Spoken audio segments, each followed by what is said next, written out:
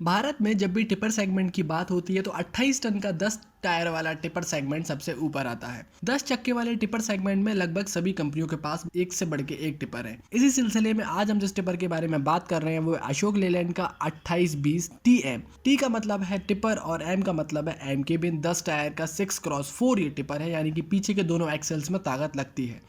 तो चलिए चलते हैं, जानते हैं इस ट्रक के बारे में, क्या इसके बारे में अच्छी बातें हैं, क्या इसके बारे में बुरी बातें हैं, क्या आपको ये खरीदना है या आपको किसी और कंपनी के टिपर की तरफ जाना है। दोस्तों, अगर आपने अब तक चैनल को सब्सक्राइब नहीं किया तो आप चैनल को प्लीज सब्सक्राइब कर लीजिए। मैं आपके लिए डेली ऐसे ही वीडियोस लेके आते रहता हूँ। सामने की तरफ हमें देखने को मिलते हैं दो हैलोजन हेडलैम्प्स। ये दोनों ही हेडलैम्प्स जो हैं वो काफ़ी पावरफुल हैं और आपको एक्स्ट्रा हेडलैम्प्स की कोई आवश्यकता कभी नहीं लगेगी। सामने की तरफ आपको फुल मेटल बम्पर मिलता है और ये बम्पर जो है वो बेहद शानदार है। कारण है कि ये जिस तरीके से इंटीग्रेट किया गया है वो 3 पीस में ना करके सिंगल पीस में किया गया। नीचे की तरफ आपको स्किड प्लेट्स देखने को मिलेंगी और यहाँ एक मल्टीपर्पज स्ट्रिंग्स भी इन्होंने अटैच की गई हैं जिसको आप अलग अलग कामों के लिए यूज़ कर सकते हैं। सामने की तरफ ABTR का मॉड्यूलर प्लेटफॉर्म देखने को मिलता है। आपको पैनल गैप्स वगैरह थोड़े बहुत दिखेंगे जिनके बारे में हम थोड़ी देर बाद बात करेंगे, पर सामने से आप देखिए अशोक लेलैंड का इस तरीके से ग्रिल दिखता है। ABTR मॉडल में लगभग सभी में यही ग्रिल आता है। लेलैंड का लोगो जो है वो ब्लैक पियानो में एम्ब्रोस किया गया है और थोड़ा सा बड़ा भी हो गया है पहले से। अशोक लेलैंड की 3D में बैजिंग बहुत अच्छी लगती है और ऊपर वाली ग्रिल को आप खोल सकते हैं। चूंकि ये एम केबिन है तो एम केबिन में जो है 2 पीस में विंडशील्ड आती है। सिंगल पीस विंडशील्ड हमें यहाँ नहीं मिलती है और वाइपर वगैरह जो है वो भी उतने बेहतर नहीं मिलते हैं जितने एम केबिन या यू केबिन में मिलते हैं। यहाँ आपको ग्रैब करने के लिए ग्रैब हैंडल्स हैं जिसको आप पकड़ के चढ़ सकते हैं। शीशे वगैरह साफ करने में आपको दिक्कत नहीं आएगी, आसानी से आप कर सकते हैं। बाकी इस केबिन के बारे में कुछ खास बातें ये हैं कि ये जो है बिल्कुल स्ट्रेट है, अपराइट है, यानी कि और ट्रक्स की तरह उतना एरोडायनेमिक मुझे नहीं लगता है क्योंकि इसको उतना तिरछा या टिल्ट नहीं किया गया है। इसको बिल्कुल स्ट्रेट रखा गया है सामने की तरफ से, तो एयर ड्रैग इसमें कहीं ना कहीं हल्का बहुत तो देखने को आपको मिलेगा। यहाँ भी आपको हल्के बहुत पैनल गैप्स वगैरह देखने को मिलेंगे, बट ये कहीं ना कहीं इनकी डिजाइनिंग का ही पार्ट है, तो आपको ओवरऑल ट्रक देखने में मजा आएगा, अच्छा लगेगा आपको। यहाँ पे आपको फुट स्टेप्स भी बेहद अच्छी जगह मिल जाते हैं जिससे कि आपको काफ़ी ज़्यादा सहूलियत होगी चढ़ने में। एक और फुट स्टेप नीचे इसमें बाद में लगेगा। यहाँ आपको 295 90 R20 के व्हील्स मिलते हैं। ये रेडियल टायर्स हैं। टायर्स के बारे में हम डिटेल में बात करेंगे इस वीडियो के आखिर में, पर अभी आप देखिए कि जहाँ जिस तरीके से फेंडर पे इन्होंने इंडिकेटर वगैरह लगाया है, फेंडर को भी अब बहुत बाहर नहीं किया है, अंदर कर दिया है।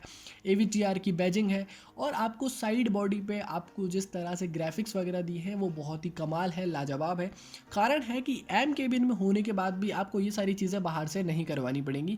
कंपनी खुद इनके बारे में सोच रही है, भारतीय कंडीशंस के बारे में सोच रही है, आपको क्या अच्छा लगेगा क्या अच्छा नहीं लगेगा उसके बारे में सोच रही है और उसके बाद जो है गाड़ियाँ बना रही है। पीछे की तरफ से आपको बहुत ज़्यादा डिज़ाइन एलिमेंट्स देखने को नहीं मिलते हैं, लगभग सारी चीज़ें जो हैं वो ईजी हैं। हिंजेस वगैरह आपको बाहर ही देखने को मिलेंगे, ये थोड़ी सी रजिडनेस ज़्यादा देते हैं जिससे कि आपको थोड़ा मस्कुलर फील होगा इस गाड़ी के साथ में। अगर आप ड्राइवर डोर की बात करेंगे तो 2820 की बैजिंग यहाँ है। TM की बैजिंग आपको दिखेगी।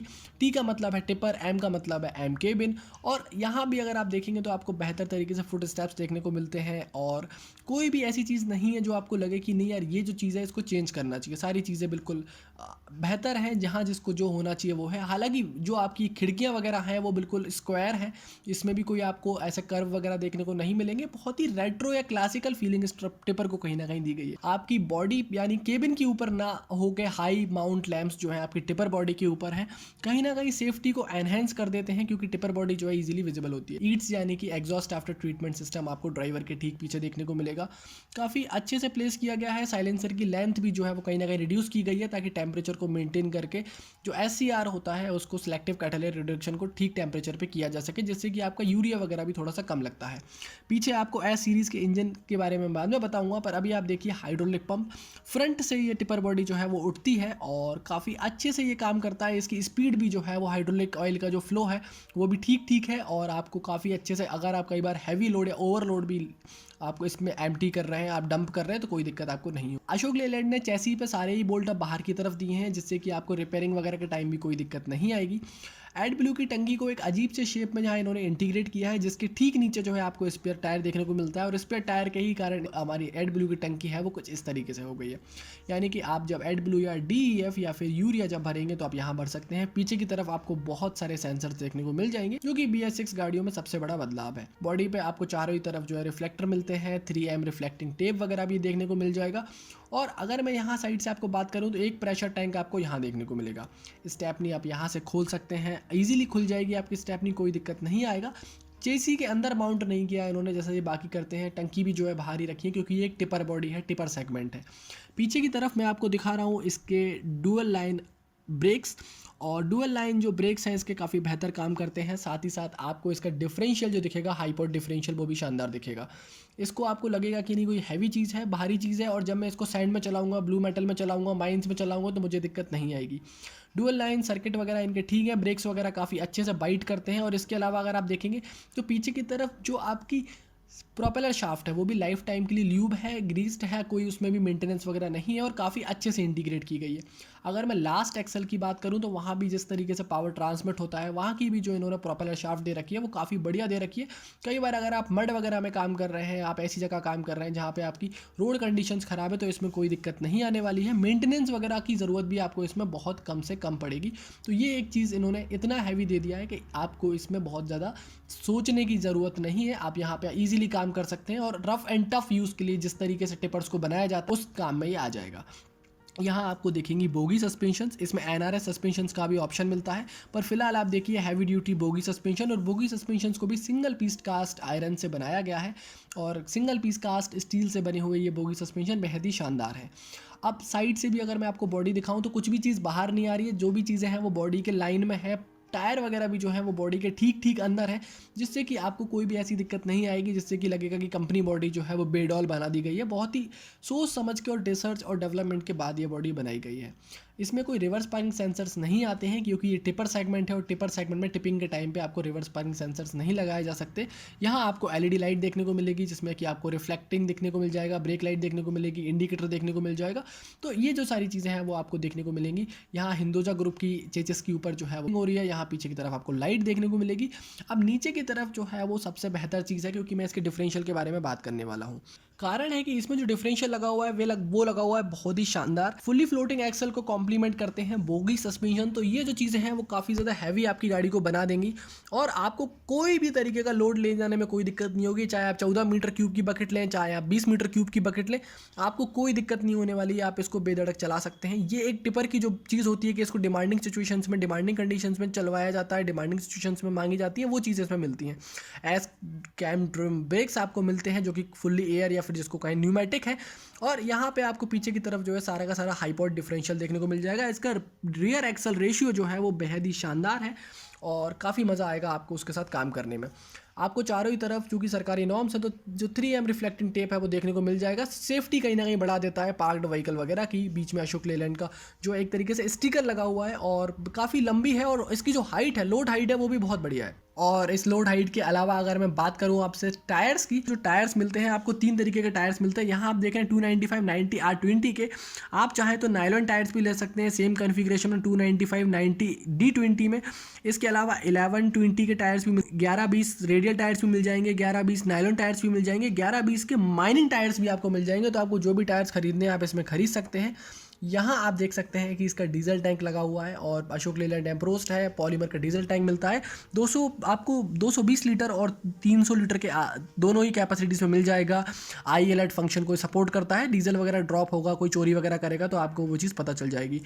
टिपर्स बॉडी में कन्फ्यूजन ना हो, कौन सी बॉडी कितनी मीटर की है, कितनी क्यूबिक मीटर की है, क्या डायमेंशंस है, उसको यहाँ पे इजीली इन्होंने एम्ब्रोस किया गया है। साथ ही हेल्पलाइन नंबर भी इन्होंने दे रखा है। इन केस ऑफ इमरजेंसी आप ये हेल्पलाइन नंबर जो है यूज़ कर सकते हैं। अब कुछ और बातें जो मुझे अशोक लेलैंड के बारे में अच्छी लगती है वो लगती है कि इन्होंने जो चीज़ नहीं बना पाई वो उसको हल्का बहुत जुगाड़ करके हल्का बहुत कहीं ना कहीं इंटीग्रेट कर दिया। जैसे कि टिपर बॉडी पे चढ़ने के लिए आप देखिए कि यहाँ पे इन्होंने हल्की सी जो है सीढ़ी टाइप की बना रखी है। आपका जो भी ऑपरेटर होगा, आपका जो भी हेल्पर होगा, वो हल्के से यहाँ पैर वगैरह रखेगा, ऊपर का जो हुक दिख रहा है उसको पकड़ के टिपर बॉडी के अंदर चले जाएगा। अब कहीं ना कहीं ये चीज़ मुझे लगता है कि इसको प्रॉपर भी दे सकते हैं, बट ठीक है, जैसा भी दिया है वो अब अच्छा ही है। इसके अलावा सामने की तरफ आपको सेमी इलेक्ट्रिकल लीफ स्प्रिंग देखने को मिल जाती हैं और आप चाहे तो पैराबोलिक भी ले सकते हैं, ऑप्शनल है वो चीज़, बट आप इसमें लीफ स्प्रिंग ही लीजिएगा तो मेरे हिसाब से बेटर रहेगा। बाकी आपको पीछे की तरफ दिख रहा है एस सीरीज़ का इंजन और एस सीरीज़ के इंजन के बारे में हम बात करेंगे अंदर से जब मैं आपको इंजन दिखाऊंगा। यहाँ आपको 2 बैटरियाँ दिखेंगी 12-12 वोल्ट की, टोटल 24 वोल्ट का करंट इसमें आता है। 120 एम्पियर आर का जो है ये प्रोड्यूस करता है। AC वाले मॉडल में 150 एम्पियर आर प्रोड्यूस करेगा। यहाँ आपको कट ऑफ स्विच देखने को मिल जाएगा। जाएगा। पीछे की तरफ कुछ मेंटेनेंस के लिए फ्लूइड्स वगैरह आपको देखने को मिल जाते हैं। टिपर बॉडी और केबिन में काफ़ी बढ़िया गैप है, यहाँ आपको जो है इनका गियर बक्सा देखने को मिल जाएगा। अब इसमें 3 गियर बक्से के ऑप्शंस दे रखे हैं इन्होंने। एक तो अशोक लेलैंड का खुद का ही 6 स्पीड गियर बॉक्स है, एक ZF का 9 स्पीड गियर बॉक्स भी आता है, और एक और गियर बॉक्स जो है वो 6 स्पीड वाला, और उसके गियर रेशियोज वगैरह अलग अलग आते हैं। तो आप अपनी लोड कंडीशंस डिमांडिंग के हिसाब से जो है इसको चेंज करवा सकते हैं। यहाँ आपको देखने को मिलेगा इलेक्ट्रॉनिक एस्केलेटर, और यहाँ से आपको सीट एडजस्टमेंट मिल जाएंगे। आप सीट को आगे पीछे करना चाहते हैं, थोड़ी बहुत इसकी हाइट वगैरह एडजस्ट भी हो जाती है, तो वो सारी चीज़ें आप यहाँ से कर सकते हैं। अब इलेक्ट्रॉनिक एस्केलेटर के अलावा अगर मैं आपको ब्रेक और क्लच का प्लेसमेंट दिखाऊं तो बहुत ही बढ़िया है, एकदम कार टाइप्स फीलिंग आती है। कारण है कि ये एक तो हाइड्रोलिकली एक्चुएटेड है और दूसरी बात सिंगल यूनिट में माउंटेड है, तो इनको बार बार सेट करने की ज़रूरत नहीं पड़ती है, काफ़ी बेहतर तरीके से सेट हो जाते हैं। ड्राइवर के डोर से चढ़ने में कोई दिक्कत नहीं होती है, आप आसानी से पैर फंसा के एक बार में चढ़ सकते हैं। और आपको यहाँ 2 स्पोक का स्टीयरिंग व्हील देखने को मिलता है। स्टीयरिंग व्हील की जो क्वालिटी है, पकड़ने में क्षमता, पकड़ने में जो ऐसा लगता है अच्छा लगता है, कोई दिक्कत नहीं है। यहाँ आपको वाइपर कंट्रोल्स मिल जाएंगे और यहाँ पे आपको लाइट्स के कंट्रोल मिल जाएंगे, इंडिकेटर पास लाइट वगैरह आप यहीं से दे सकते हैं। तो ये जो सारी चीज़ें हैं स्टैंडर्ड कर दी हैं। इंस्ट्रूमेंट क्लस्टर के बारे में हम एक और अलग से वीडियो में बात करेंगे, यहाँ बात नहीं करेंगे। डिफरेंशियल लॉक करने के लिए स्विच है, रीजनरेशन पे गाड़ी आ जाए तो कुछ टाइम टालने के लिए है। यहाँ पे आपको कुछ और पीछे के एक्सल से जुड़े हुए जो कंट्रोल्स दिख जाएंगे। यहाँ पे आपको हजार्ड लैम्प दिखेगा, पीछे की लाइट के लिए स्विच है, यहाँ पे आपको रीजनरेशन का स्विच दे रखा है, और इंजन ब्रेक्स या एग्जॉस्ट ब्रेक जिसको आप कहते हो वो आप यहाँ से लगा सकते हो।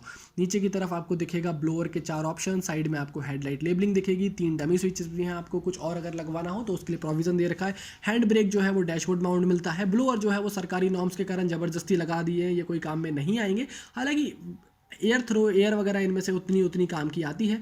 ऊपर की तरफ आपको देखने को मिलेगा एक बड़ा सा सनवाइज़र, जो कि काम आएगा आपको डेफिनेटली माइंस वगैरह में जब भी आप इस गाड़ी को चलाएंगे, रोड वगैरह पे चलाएंगे।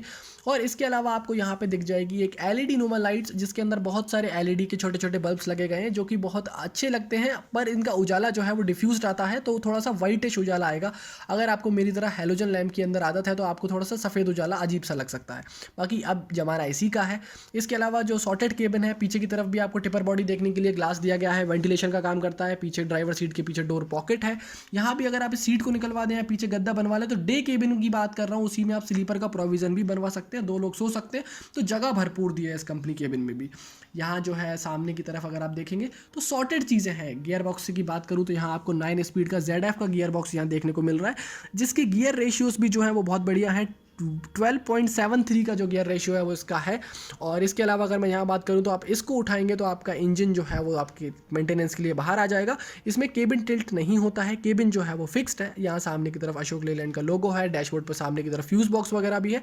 यहाँ पे कुछ आपको मेंटेनेंस फ्लूइड वगैरह, डेली फ्लूइड्स वगैरह देखने को मिलेंगे। कोई प्रॉपर डैशबोर्ड नहीं है। और यहाँ पे आप सीट वगैरह देखेंगे तो आपकी फुल साइड्स की सीट्स मिलती हैं, हेडरेस्ट नहीं मिलते हैं। यहाँ पे सीट बेल्ट वगैरह मिलते हैं, आप यहाँ पे सीट बेल्ट को स्टक कर सकते हैं।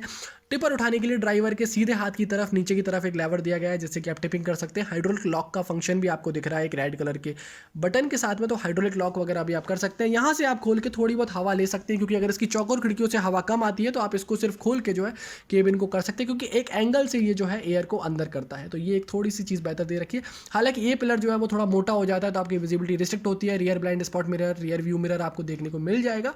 तो ये जो सारी चीज़ें हैं वो इसके बारे में ठीक है। अब मैं बात करता हूँ आपसे कि इसका इंजन जो है वो कैसा दिखता है। तो एच सीरीज़ का CRS यानी कॉमन रेल सिस्टम वाला 6 सिलेंडर का iGen 6 टेक्नोलॉजी सपोर्ट करने वाला ये इंजन है। 200 हॉर्स पावर की पावर प्रोड्यूस करता है लगभग 2400 RPM पे, और 700 न्यूटन मीटर का टॉर्क जो है वो आता है 1200 से लेकर 2000 RPM के बीच में। बेहद ही शानदार रिस्पेक्टेबल फिगर्स हैं। और अशोक लेलैंड अब कॉमन कर दिया है ये सारी चीज़ें, तो इंजन वगैरह जो है वो कॉमन हो गए हैं। तो आपको इस इंजन में कोई शिकायत देखने को नहीं मिलेगी, क्योंकि इस इंजन के बारे में अभी तक किसी ने शिकायत भी नहीं की है। माइलेज की बात करूं तो आपको इस इंजन को अगर आप ठीक से चलाएंगे तो आपको माइलेज मिल जाएगा लगभग 3 से लेकर 3.5 के बीच में, अगर आप इसको अंडर लोड में चलाते हैं और आप इसको तरीके से चलाते हैं तो। ये गेट लगाने के लिए है, ये जो है वो शीशा खोलने के लिए है यहाँ पर। आपको गेट जब खोलना है, आपको गेट खोलने के लिए यहाँ कहीं नहीं दिखेगा, आपको लगेगा फंस गए आप।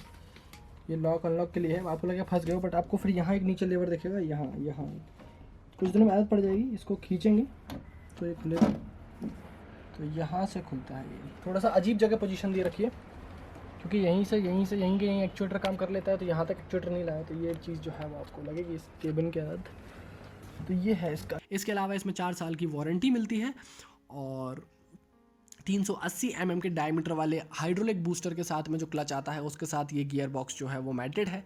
तो आपको कोई दिक्कत नहीं होगी इस गाड़ी को चलाने में। व्हील बेस जो है वो 3900 mm का आता है और 16 क्यूबिक मीटर बॉक्स के साथ में वैसे जो स्टैंडर्ड आता है। आप 14 मीटर क्यूब भी ले सकते हैं, आप 16 ले सकते हैं, आप 18 मीटर क्यूब ले सकते हैं।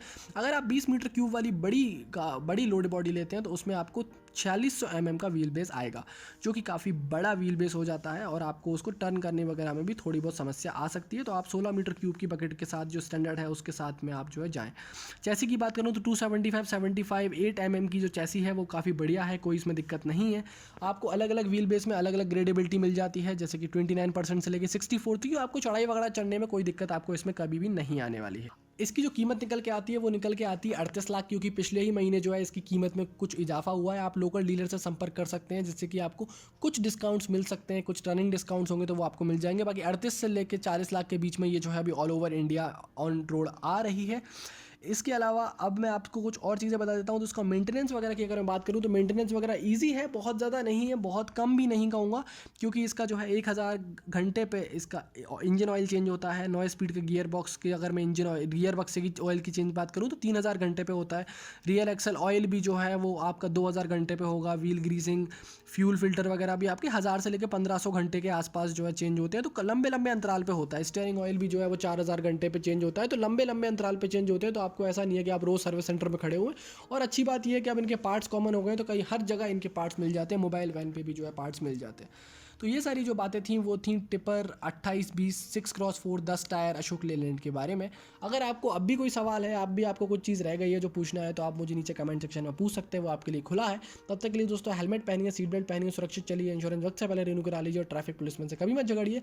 मिलता हूँ आपसे कल फिर एक ऐसे ही वीडियो में, तब तक के लिए नमस्कार, जय हिंद।